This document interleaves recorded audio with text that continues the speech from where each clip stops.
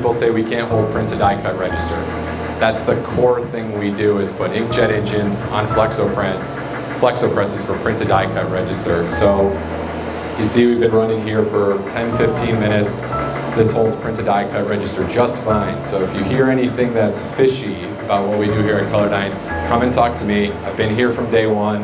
I know where all the skeletons in the closet are, and I'm totally open about sharing them, because the goal is to avoid repeating those things. So, you know, having challenges, having problems isn't bad. Those are opportunities for us to learn, improve our product, and make a better solution every single day.